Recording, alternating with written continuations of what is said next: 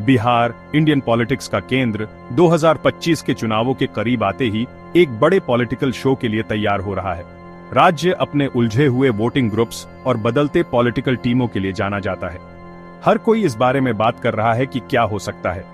बिहार के अनुभवी नेता नीतीश कुमार इन सब के केंद्र में है। हर कोई उन्हें देख रहा है, दोस्त और दुश्मन दोनों। उनकी पार्टी जेडीयू बीजेपी के नेतृत्व वाले सत्ताधारी समूह एनडीए का हिस्सा है। लेकिन राज्य के बड़े राजनीतिक परिदृश्य की तरह एनडीए के अंदर भी समस्याएं हैं। दूसरी बड़ी पार्टी राजद इन समस्याओं का इस्तेमाल करके सत्ता वापस पाने का मौका देख रही है। जैसे जैसे इस राजनीतिक खेल में चीजें बदलती हैं, एक बात तो पक्की है, 2025 में बिहार की लड़ाई महत्वपूर्ण नतीजों के साथ एक बड़ी बात होगी। बीजेपी राज्य में मजबूत होती जा रही है और इससे जेडीयू घबराई हुई है। जेडीयू को दिल्ली चुनावों में कोई सीट नहीं मिली और इससे दोनों पार्टियों के बीच हालात और बिगड़ गए। तेजस्वी यादव के नेतृत्व वाली राजद यह सब देख रही है।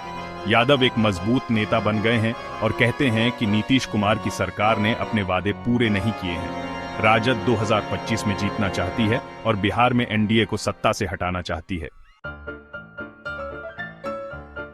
नीतीश कुमार, जो लंबे समय से बिहार की राजनीति चला रहे हैं, एक महत्वपूर्ण मोड़ पर हैं। उन्होंने हाल ही में संकेत दिया कि वह 2025 के चुनावों के बाद रिटायर हो सकते हैं। इसने सभी को चौंका दिया और उन्हें यह सोचने पर मजबूर कर दिया कि वह आगे क्या करेंगे। कुमार अपनी चतुराई और अप्रत्याशित गठबंधन बनाने के लिए जाने जाते हैं। उनका जो भी फैसला होगा वह बिहार की राजनीति को बदल देगा।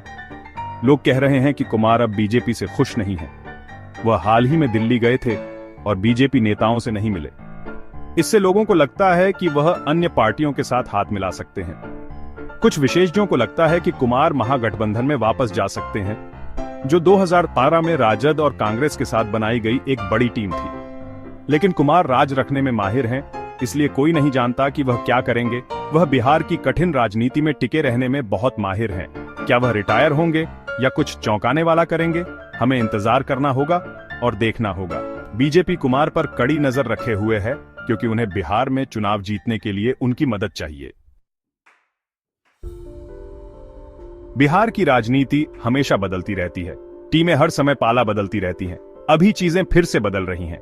एनडीए एकजुट दिखता है, लेकिन अंदर ही अंदर समस्याएं हैं। दूसरी पार्टियां किसी भी मौके का फायदा उठाकर हालात बदलना चाहती हैं। जब बीजेपी ने दिल्ली चुनावों में जेडीयू को कोई सीट नहीं दी, तो इससे सत्ताधारी समूह में समस्याएं साफ दिखाई दी। फिर जेडीयू ने कहा कि वह दिल्ली में अकेले चुनाव लड़ेगी, जिससे समस्याएं और बीआर आच गईं। अब कुछ लोगों को लगता है कि 2025 बिहार चुनावों से पहले एनडीए पूरी तरह से टूट सकता है। राजद यह सब देख रही है, उम्मीद कर रही है कि जेडीयू फिर से उनके साथ आ जाएगी।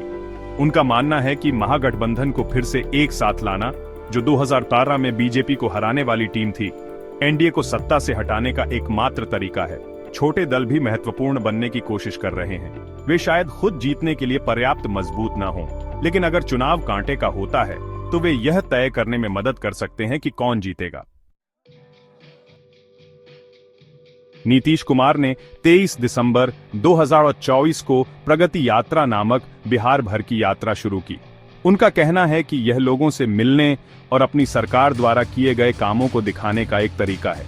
कुछ लोगों को यह पसंद है और कुछ को नहीं। जेडीयू का कहना है कि यह एक बड़ी सफलता है, लेकिन अन्य दल कहते हैं कि यह सिर्फ कुमार को अच्छा दिखाने का एक तरीका है, क्योंकि वह समर्थन खो रहे हैं। यह यात्रा बिहार के सभी 38 जिलों से होकर गुजरती है, जिससे कुमार को मतदाताओं से बात करने और उनकी राय जानने का मौका मिलता है। वह अपनी सरकार द्वारा किए गए अच्छे कामों के बारे में भी बात कर सकते हैं, जैसे शिक्षा, स्वास्थ्य और सड़क निर्माण में।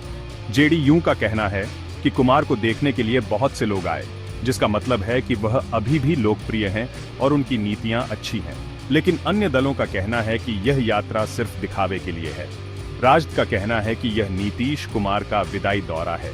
तेजस्वी यादव का कहना है कि कुमार सिर्फ लोगों को बेवकूफ बनाने और अपनी सरकार की नाकामियों को छिपाने की कोशिश कर रहे हैं। यादव का कहना है कि एनडीए के कारण बेरोजगार लोग, अपराध और भ्रष्टाचार बेआचा गया है।